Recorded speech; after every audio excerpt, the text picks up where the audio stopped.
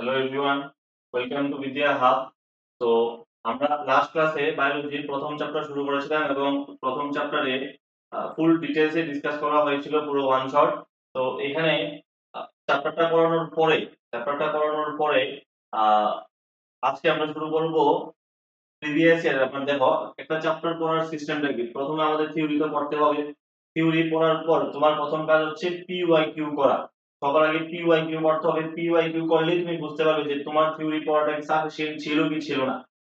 Theory পড়া তোমার sufficient যদি হয়ে থাকে, তারপরে তুমি পিওয়াই কিউ করবে। পিওয়াই কিউ করার পরে তারপরে হচ্ছে তোমার, যেটা সবথেকে ইম্পর্টেন্ট স্টেপ, আরো বেশি পরিমাণে তোমার কোশ্চেন প্র্যাকটিস করতে হবে, যেগুলো এক্সপেক্টেড কোশ্চেন এক্সামের জন্য, যেগুলো পিওয়াই কিউ তে এসছে এগুলো তো আসলো, কিন্তু এখন নেক্সট কি আসতে পারে সেটার উপরে বেস করে আমাদের আরো কোশ্চেন প্র্যাকটিস করা। তো আমরা আজকে আহ পিওয়াই কিউ গুলা প্র্যাকটিস করবো এবং এইগুলা একটু ডিটেইলসে ডিসকাস করা হবে। সব পুরো ক্লাসটা দেখো।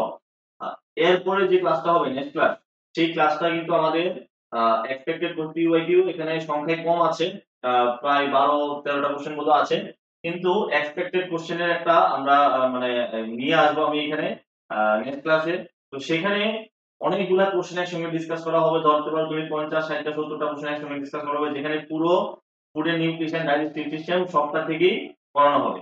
তো আহ, এখানে এক দু একটা কথা আমি তোমাদের একটু বলে দিতে চাই যে একটা হোয়াটসঅ্যাপ গ্রুপ বানানো হয়েছিল, যে যেখানে পিডিএফ সেন্ড করা হয় এবং সেন্ড করা হচ্ছে যারা জয়েন করেছো। তো আমি সবার কাছে একটা রিকোয়েস্ট করবো যে ওই গ্রুপে জয়েন হওয়ার পরে আমি এই ক্লাসের নিচেও লিংক দিয়ে দেবো, ডেসক্রিপশনে লিংক দিয়ে দেবো, এখানে তোমরা জয়েন হয়ে যেও। গ্রুপে জয়েন হওয়ার পরে তোমরা আননেসেসারি কোনো এসএমএস করো না। এখানে শুধুমাত্র তোমাদের হেল্প করার জন্য গ্রুপটা বানানো হয়েছে। তো কারণ পিডিএফ এর জন্য সবারই ইনকোয়ারি থেকে যে পিডিএফ কোথায় পাবো, কিভাবে পাবো, তার জন্য আমি এই গ্রুপটা বানিয়েছি। এখানে আননেসেসারি কোনো ডিসকাশন করো না। আর ম্যাথ এবং সায়েন্স ছাড়া আদার কোনো সাবজেক্টের ডিসকাশন এখানে করো না। আদার সাবজেক্ট ডিসকাশন করার জন্য আদার গ্রুপে তুমি জয়েন হয়ে যাও। এখানে শুধু ম্যাথস এবং সায়েন্স রিলেটেড টপিক নিয়ে তুমি ডিসকাস করো, কোনো অসুবিধা নেই।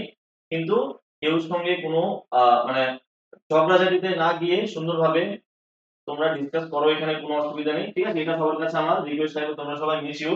এতটুকু তোমাদের থেকে আমি আশা করতে পারি যে এই জিনিসটা তোমরা বুঝবে। আচ্ছা, তো এই ক্লাসের পিডিএফ আমি দিয়ে দেবো। যারা হোয়াটসঅ্যাপ গ্রুপে জয়েন হওনি, জয়েন হয়ে যাও, আমি এই ক্লাসের ডেসক্রিপশনে দিয়ে দেবো। আর একটা জিনিস তোমরা আমাকে একটু সাজেশন দিয়ে দাও, এই ক্লাসটা কিন্তু তোমরা রেকর্ডেড পাবে। রেকর্ডেড আপলোড মানে করবো আমি রেকর্ড করার পরে।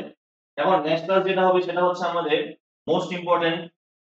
এটা হবে আমাদের most important most important next ক্লাসটা হবে আমাদের মোস্ট ইম্পর্টেন্ট এমসিকিউ এই চ্যাপ্টার থেকে।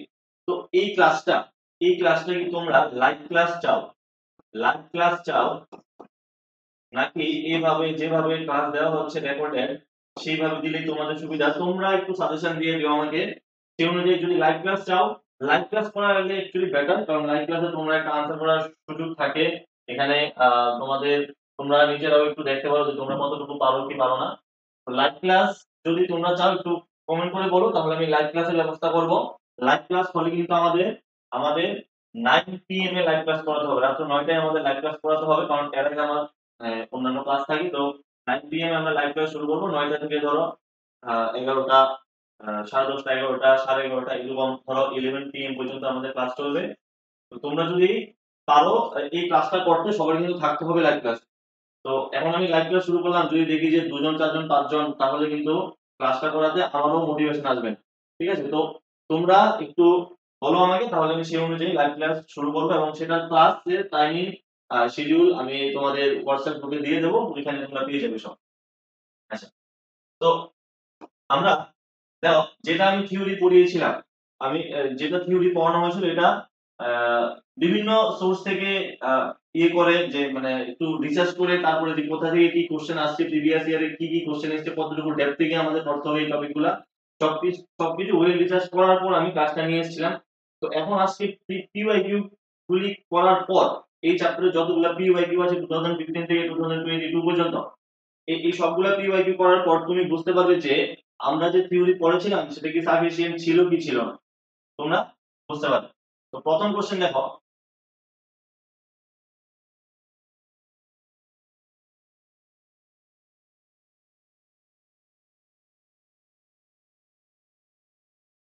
প্রথম কোশ্চেন দেখো, the largest part of most diet is made of। দেখো আমাদের ডায়েটের মধ্যে মানে আমাদের খাদ্যে কোন উপাদানটি সবচেয়ে বেশি পরিমাণে বর্তমান থাকে? তো আমাদের খাদ্যে সবচেয়ে বেশি পরিমাণে বর্তমান থাকে কার্বোহাইড্রেট। কারণ দেখো কার্বোহাইড্রেট হচ্ছে এরকম একটা মানে এনার্জি সোর্স বলতে পারো।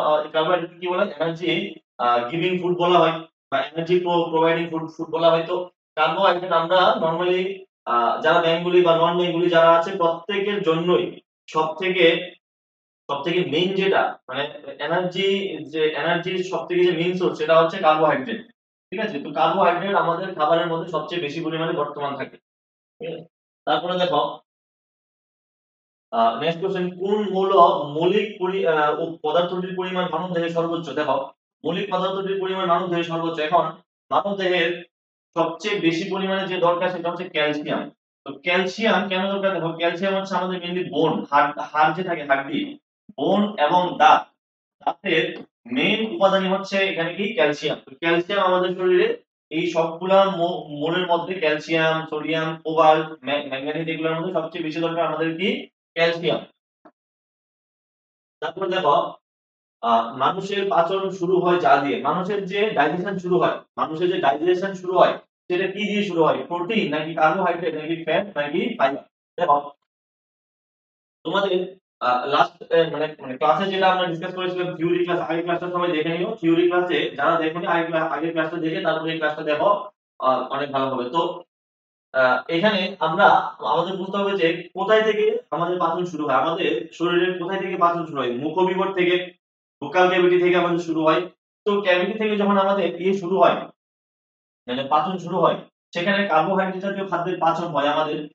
কার্বোহাইড্রেট জাতীয় খাদ্যের পাচন শুরু হয় কারণ আমাদের যে মুখবিবরে কি থাকে, স্যালাইভারি গ্ল্যান্ড থাকে, সেখান থেকে স্যালাইভা নির্গত হয়। স্যালাইভের মধ্যে থাকে কি স্যালাইভারি অ্যামিলেজ নামক একটা উৎসেচক। সেই উৎসেচক কি করে? কার্বোহাইড্রেটকে বাঁচিত করে। ক্লিয়ার? তাহলে আমাদের পাচন শুরু হয় কার্বোহাইড্রেট দিয়ে। এটা কোথায় থেকে শুরু হয়? মুখবিবর থেকে। রোডোপসিন, দেখো এখানে রোডোপসিনটা একটু ভালো করে দেখো, যে ভিটামিনের সঙ্গে সংযুক্ত। এটা এই যে কোশ্চেনটা, এই কোশ্চেনটা মানে এটা একটা যে ভালো কোশ্চেন এসেছিল যে রোডোপসিন কিন্তু আমাদের চোখের সঙ্গে সংযুক্ত। রোডোপসিন হচ্ছে আমাদের রেটিনাতে থাকে। রোডোপসিন হচ্ছে একটা পিগমেন্ট মানে একটা রঞ্জক যেটা আমাদের চোখের রেটিনাতে থাকে। তো চোখের রেটিনাতে থাকে, সেটা কি করে আমাদের মানে অন্ধকারে যখন কম আলো থাকে সেই কম আলোতে আমাদের দেখতে সাহায্য করে। রোডোপসিন পিগমেন্ট আমাদের কম আলোতে দেখতে সাহায্য করে। তো এটা হচ্ছে যে ভিটামিনের সঙ্গে সংযুক্ত, এ বি সি ডি। তো আনসার হবে ভিটামিন এ। কেন ভিটামিন এ?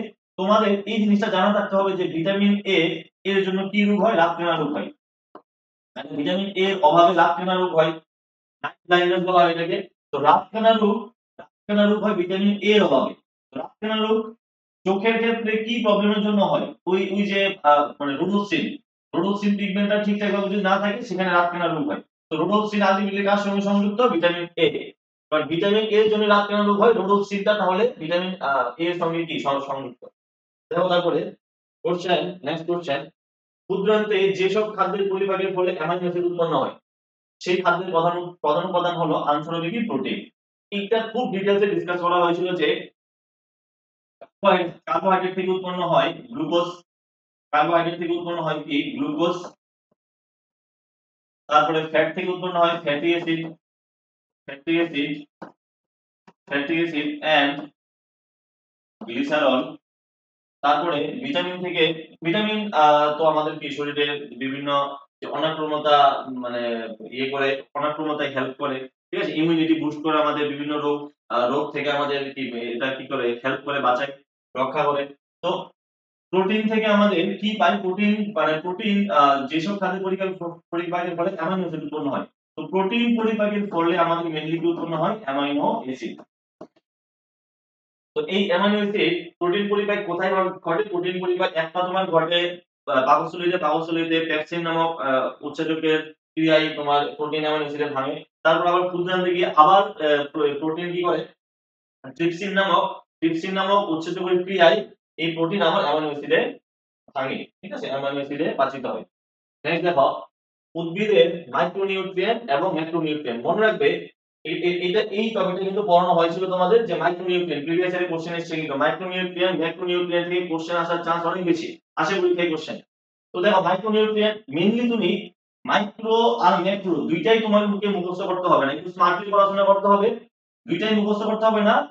সংখ্যায় কিন্তু ম্যাক্রোনিউট্রিয়েন্ট মানে যেগুলি বেশি পরিমাণে দরকার উদ্ভিদের ক্ষেত্রে এগুলোকে বলা হয় উদ্ভিদের গ্রোথের জন্য, উদ্ভিদের মানে জীবন প্রক্রিয়ার জন্য যে যে এলিমেন্ট গুলা বেশি পরিমাণে দরকার সেগুলোকে বলা হয় ম্যাক্রোনিউট্রিয়েন্ট। মাইক্রো মানে যেগুলো কম দরকার। তো ম্যাক্রোনিউট্রিয়েন্ট অ্যাকচুয়ালি অনেকগুলো আছে, ম্যাক্রোনিউট্রিয়েন্ট অনেকগুলো আছে কিন্তু মাইক্রো অনেকগুলো আছে, ম্যাক্রো কিন্তু অনেকগুলো নেই, ম্যাক্রো সংখ্যায় কম আছে। ম্যাক্রো গুলো তুমি মুখস্থ করে নাও, এন পি কে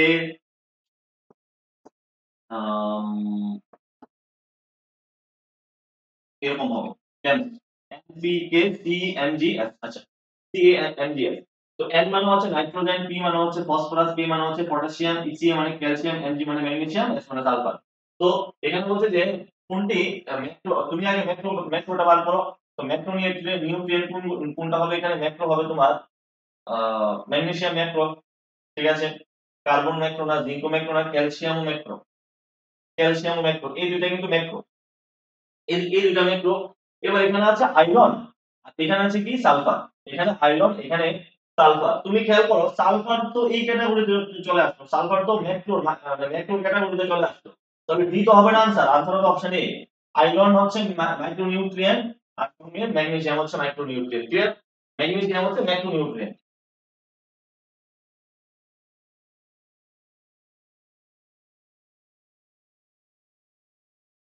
আচ্ছা এগুলি দেওয়া আছে, দেখে নিও একটু, ঠিক আছে। দেওয়া আছে এগুলি, এগুলো ক্লাস ক্লাসে পড়ানো হয়েছিল, জাস্ট একটু মনে রাখবে তাহলেই হবে। আচ্ছা তারপর দেখো বলছে যে carbohydrate get broken into glucose fatty acid glycerol. Carbohydrate পাচিত হয়ে কোনটি উৎপাদন করে, এখনই বললাম যে গ্লুকোজ উৎপন্ন করে, কার্বোহাইড্রেট পাচিত হয়ে গ্লুকোজ উৎপন্ন করে। নেক্সট কোশ্চেন দেখো, ফল এবং শাকসবজি সাধারণত বলা হয় একটা ভালো উৎস। ফল এবং শাকসবজি মানে ফ্রুটস এবং ভেজিটেবল কিসের সোর্স, কিসের ভালো উৎস মানে আচ্ছা ফ্রুটস এবং ভেজিটেবল থেকে কি আমরা পাই, মেইনলি ফ্রুটস এবং ভেজিটেবল আমরা ভিটামিনের জন্য খাই, মানে ফ্রুটস আমরা খাই মেইনলি ভিটামিন পাওয়ার জন্য। ফ্রুটস এর মধ্যে ভিটামিন ভরপুর পরিমাণে থাকে, এক একটা ফ্রুটের মধ্যে এক এক রকম ভিটামিন থাকে। তো এক্ষেত্রে ফল এবং শাকসবজি হচ্ছে ভিটামিন এবং মিনারেলের মেইন উৎস। এগুলা এই এই টপিকটা নেগেটিভ পড়ানো হয়েছিল, ডায়াগ্রাম দিয়ে তোমাদের বোঝানো হয়েছিল যে কোনটা কোনটা থেকে ভিটামিন পাওয়া যায়, কোনটা কোনটা থেকে লবণ পাওয়া যায়। হলুদের মধ্যে যে ভেজালটি সাধারণত দেওয়া হয়, এটা এই টপিক, এই কোশ্চেনটা এসেছে ফুড অ্যাডাল্টারেশন টপিক থেকে। ফুড অ্যাডাল্টারেশনের তোমাদের এই চারটা আমি পড়িয়েছিলাম, এই চারটা বলেছিলাম ভালো করে একটু দেখে রাখতে।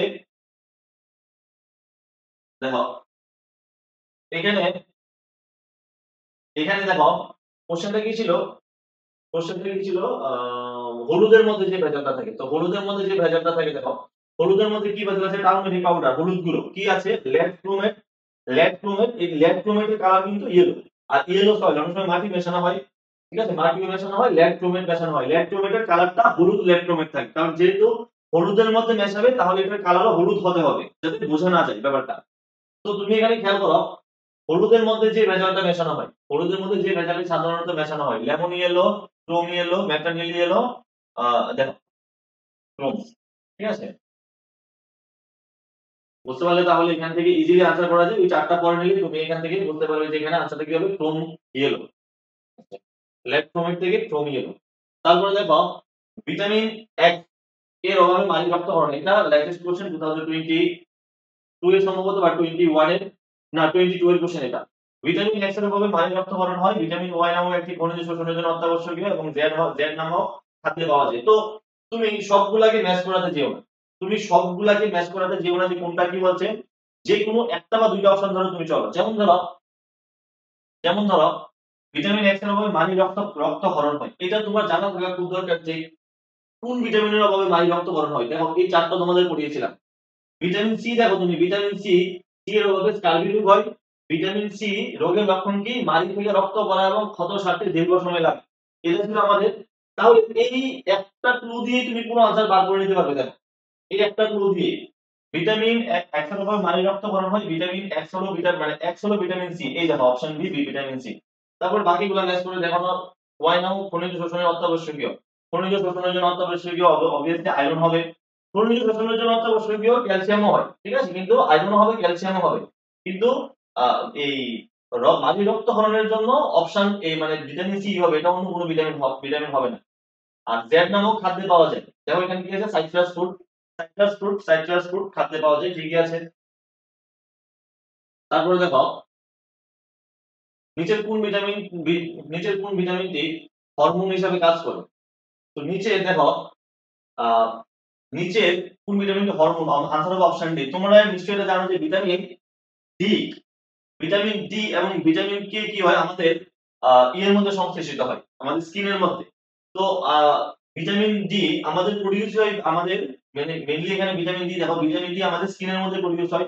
কিভাবে প্রোডিউস হয়, সানলাইটের মানে সূর্যের যে ইয়ে আছে, সূর্য রশ্মি আছে, সূর্যের আলো আছে, সূর্যের আলোয় কি হয়, সানলাইটের মধ্যে ভিটামিন ডি আমাদের প্রোডিউস হয়। তো এখান থেকে ভিটামিন ডি প্রোডিউস হওয়ার পরে আমাদের কি করে, ব্লাডের মধ্যে ভিটামিন ডি এখান থেকে উৎপন্ন হয়, আমাদের ব্লাডের মধ্যে কি করে, আর ক্যালসিয়ামের যে মাত্রা আছে, ক্যালসিয়ামের মাত্রাকে সে রেগুলেট করতে পারে।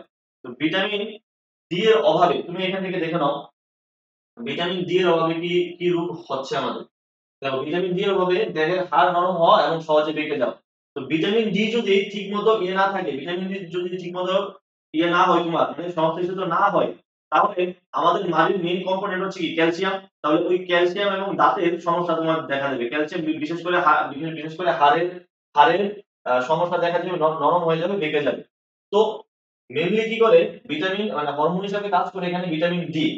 এই ভিটামিন ডি টা কি করে, সংশ্লেষিত হওয়ার পর সূর্যের আলো হরমোন হিসেবে কাজ করে। আশা করি তোমাদের এটা ক্লিয়ার হয়ে গেছে সবগুলো। এই কোশ্চেন গুলো ছিল প্রিভিয়াস ইয়ারের, প্রত্যেক বছর এটা থেকে একটা বা দুইটা করে কোশ্চেন আসে, একটা বা দুইটা। এই বছরও পাবে একটা বা দুইটা কোশ্চেন। তো আহ, যেভাবে তোমাদের বলছি সেভাবে একটু ভালো করে পড়ে নিও, তাহলেই হবে। প্রথমে থিওরি ফুল পড়ো, এবং থিওরিটা তোমার এইভাবে পড়তে হবে যাতে একবার পড়লে হয়। ডিফারেন্ট ডিফারেন্ট জায়গা থেকে ডিফারেন্ট ডিফারেন্ট জিনিস না পড়ে একবারে পড়বে, যেখান থেকে পড়বে একবারে পড়বে। এবং একবারে পড়তে গেলে তোমার কি করতে হবে, বিভিন্ন সোর্স ঘাটতে হবে, মানে পরিশ্রম করতে হবে, মেন কথা যেটা, ঠিক আছে, পরিশ্রম করতে হবে। এবার তুমি সবটা জিনিস মানে থিওরিটা একবারে পড়ার পর পিওয়াইকিউ প্র্যাকটিস করো, তাহলে তোমার মানে তুমি এতটুকু ক্লিয়ার হয়ে যাবে যে এক্সামে কি আসতে পারে বা এক্সামে কোথা থেকে কি আসে, কতটুকু ডেপথে আমাদের আরো যেতে হবে। যদি এমসিকিউ মানে পিওয়াইকিউ করার পর তোমার এমন মনে হয় যে থিওরি পড়া সাফিসিয়েন্ট না, থিওরি আরো পড়তে হবে, আরো পড়ো, তারপরে তুমি আরো এক্সট্রা কোশ্চেন লাগাও। এক্সট্রা কোশ্চেন লাগানোর জন্য কোনো লিমিট নেই, তুমি এক্সট্রা কোশ্চেন 50টা, 60টা, 100, 150 একটা চ্যাপ্টার থেকে যত খুশি কোশ্চেন পারো তুমি প্র্যাকটিস করো, কোনো অসুবিধা নেই, ঠিক আছে। তো আজকে এতটুকুই, তাহলে সবাইকে থ্যাংক ইউ ভেরি মাচ। তোমাদের যেটা বললাম সেটা তুমি কমেন্টে জানিয়ে দিও যে নেক্সট ক্লাস লাইভ হলে তোমরা সবাই লাইভে থাকবে কিনা, তাহলে আমি লাইভ ক্লাস শুরু করব, না হলে আমি রেকর্ডিং ক্লাসই দেবো, তাতেও কোনো অসুবিধা নেই, ঠিক আছে।